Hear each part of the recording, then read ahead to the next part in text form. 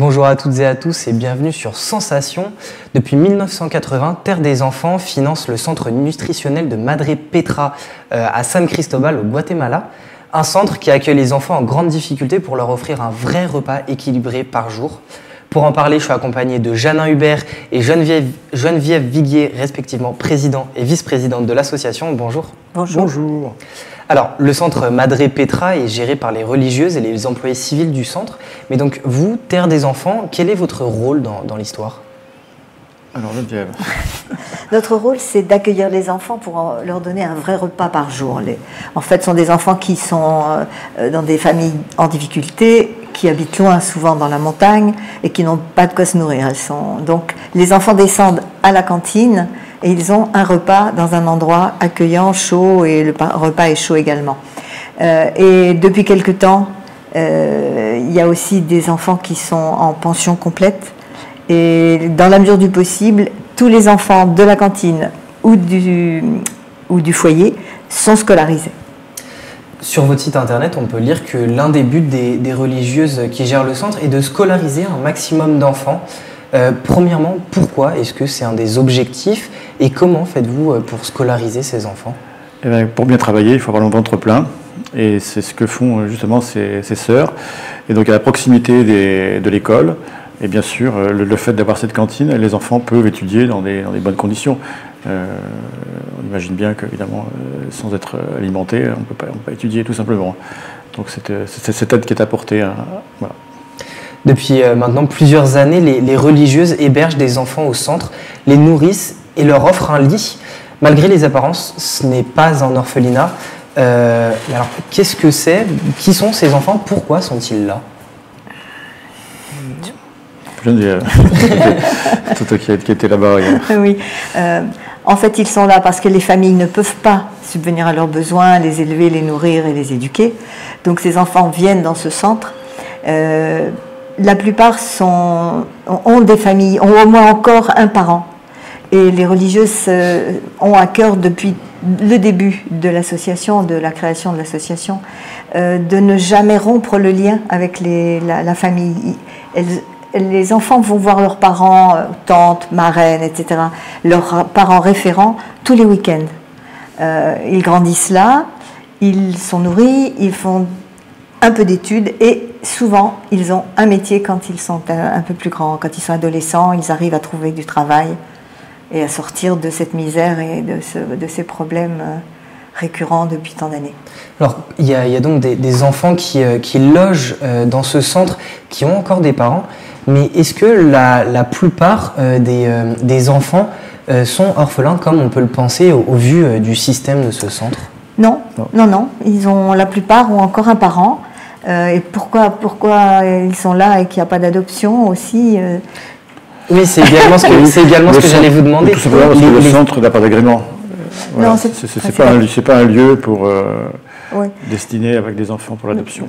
Les sœurs, elles ont toujours refusé. J'ai l'impression que c'est pas une question de droit ou quoi. Elles ont vraiment refusé de rentrer dans ce cercle d'adoption, alors que le système du centre actuel y ressemble, tout du moins du point de vue d'un Français. En fait, c'est une question d'éthique. Il y a quelques années, il y a eu de gros scandales avec l'Amérique du Sud, et particulièrement au Guatemala, des enfants volés et donnés en adoption, vendus en adoption à des Américains, à des Canadiens, à des Européens. Et elles ont vu ce scandale et elles ont dit « chez nous, jamais ». Donc elles ont fait tout ce qu'elles pouvaient, elles se sont fait aider, entre autres par notre association, pour qu'on finance l'hébergement et l'alimentation pour les enfants et pour qu'elles les protègent et qu'elles les gardent. À l'époque, elles recevaient des bébés en malnutrition terrible, souvent difficiles à récupérer physiquement et qu'elles ont réussi à sauver. Et même dans ces cas-là, elles n'ont jamais voulu accepter l'adoption. Vos actions ne s'arrêtent pas à ce centre. Vous venez également en aide aux familles les plus démunies de la région. Mais concrètement, qu'est-ce que vous faites pour ces familles ? Écoutez, c'est justement avec l'aide des religieuses, c'est d'identifier des situations de besoins, en particulier dans le domaine de la santé, des besoins qui nous paraissent ici, mais vraiment basiques, mais comme pour les yeux, que des gens ne perdent pas la vue, tout simplement parce qu'on va pouvoir leur offrir des médicaments et des gouttes pour mettre dans les yeux. Là, très récemment, on avait une jeune fille qui avait une dentition épouvantable, et donc il a fallu lui donner des soins d'orthodontie. Voilà, et donc on a financé ces soins d'orthodontie, et là je peux vous dire qu'on voit l'évolution, c'est formidable. Hein. Voilà, mais quelle aurait été sa vie avec une bouche toute abîmée? Bon, certainement pas la même. Hein. Donc elle aura un mieux-être certain grâce à cette action. Voilà. Mais ce sont les religieuses qui identifient les cas sur lesquels nous pouvons, elles souhaitent que nous intervenions. Voilà. En supplément justement de l'aide alimentaire. Et pourquoi avoir voulu venir en aide aux enfants de cette région précisément-là, au centre de Madre Petra? Alors, rien d'historique. Dites-moi tout. Vous allez pouvoir vous en parler. Oui, c'est un Français, Yves Perron, créateur de Terre des Hommes, qui était prêtre enseignant, qui vivait en Amérique centrale et qui à chaque vacances faisait des voyages un peu partout, Amérique centrale, Amérique du Sud, etc. Amérique latine en général. Et puis un jour il est passé dans ce village, dans cette petite ville, il a rencontré des religieuses qui avaient des bâtiments solides, qui avaient de la bonne volonté, qui commençaient à nourrir quelques enfants. Et elles disaient que c'était dommage, il y avait tellement de misère, elles auraient pu faire plus si elles avaient plus d'argent. Alors il est rentré chez lui, il a contacté des amis, il a créé Terre des Enfants, ça fait 48 ans et ça marche. Et que deviennent les enfants du centre une fois devenus majeurs? Ont-ils une chance de s'en sortir? C'est une très bonne question, parce que justement c'est tout l'intérêt de l'action de Terre des Enfants. La Geneviève a même rencontré sur place de magnifiques exemples de jeunes filles et de jeunes hommes qui ont réussi grâce à ça. Oui, alors, oui. Je te laisse détailler parce que c'est formidable. En fait, pour la scolarité primaire, puis le collège encore au centre, et puis après le lycée, c'est les sœurs et un petit peu nous qui finançons aussi. Et puis après, des études pour être aide-soignante, pour être expert comptable, enseignante, tous ces métiers où il y a beaucoup de demandes aussi dans ce pays. Et il y a beaucoup d'enfants qui sont sortis de ce centre en ayant un métier, un avenir. Et beaucoup sont revenus travailler au centre ou aider bénévolement, oui, par reconnaissance vis-à-vis des sœurs qui les ont élevés en fait. Ouais, on l'a vu au moment du Covid par exemple. Beaucoup sont revenus aider justement. Et justement, en parlant de majorité, est-ce que le centre fonctionne comme les foyers en France? Les jeunes sont-ils obligés de partir une fois passé 18 ans? Non, là, il n'y a pas du tout les mêmes...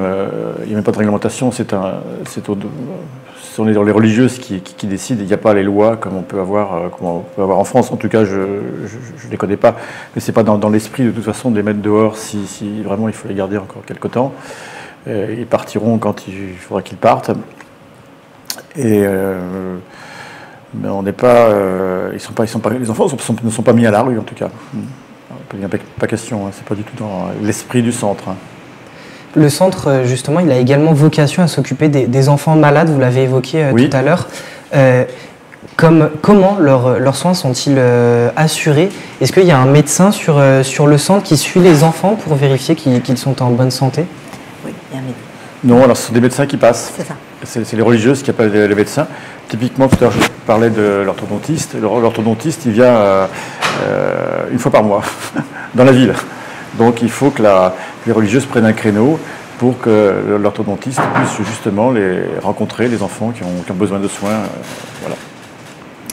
Et cette fois, à plus long terme, quel avenir leur est-il réservé après le centre? Parce qu'il y en a quelques-uns qui arrivent à s'en sortir. Est-ce la majorité ou alors ce sont des exceptions parmi... Depuis toutes ces années, ça représente énormément d'enfants. Donc non, il y a effectivement un pourcentage, je ne vous le donnerai pas parce que je ne le connais pas, c'est un historique très long. Mais beaucoup d'enfants aussi, arrivés à 15-16 ans, une fois qu'ils ont fait un cycle scolaire, rentrent chez eux puisqu'ils ont encore des parents. Alors soit ils aident à la ferme ou à la culture ou ils font des petits boulots. Mais de toute façon, ils arrivent à cet âge-là en bonne santé grâce au repas, hein, à l'alimentation. Après, ils ont fait un petit peu d'études primaires, au moins, un petit peu, alors que d'autres enfants ne connaissent pas cette chance-là dans ce pays. Et puis, ils se débrouillent. Et donc, la proportion, non. Mais souvent, ils reviennent voir les sœurs. Elles ont aussi des nouvelles par ceux qui viennent manger le midi, qui viennent d'autres familles ou d'autres quartiers. Merci beaucoup Jeannin Hubert et Geneviève Viguier d'avoir été avec nous sur Sensation. Vous pouvez retrouver toutes les informations concernant l'association Terre des Enfants sur leur site internet tde91.weebly.com et pour ceux qui veulent, vous pouvez également leur leur faire des dons depuis le site internet. Et pour revoir ou réécouter cette émission, je vous donne rendez-vous sur notre site internet et notre application radiosensation.fr.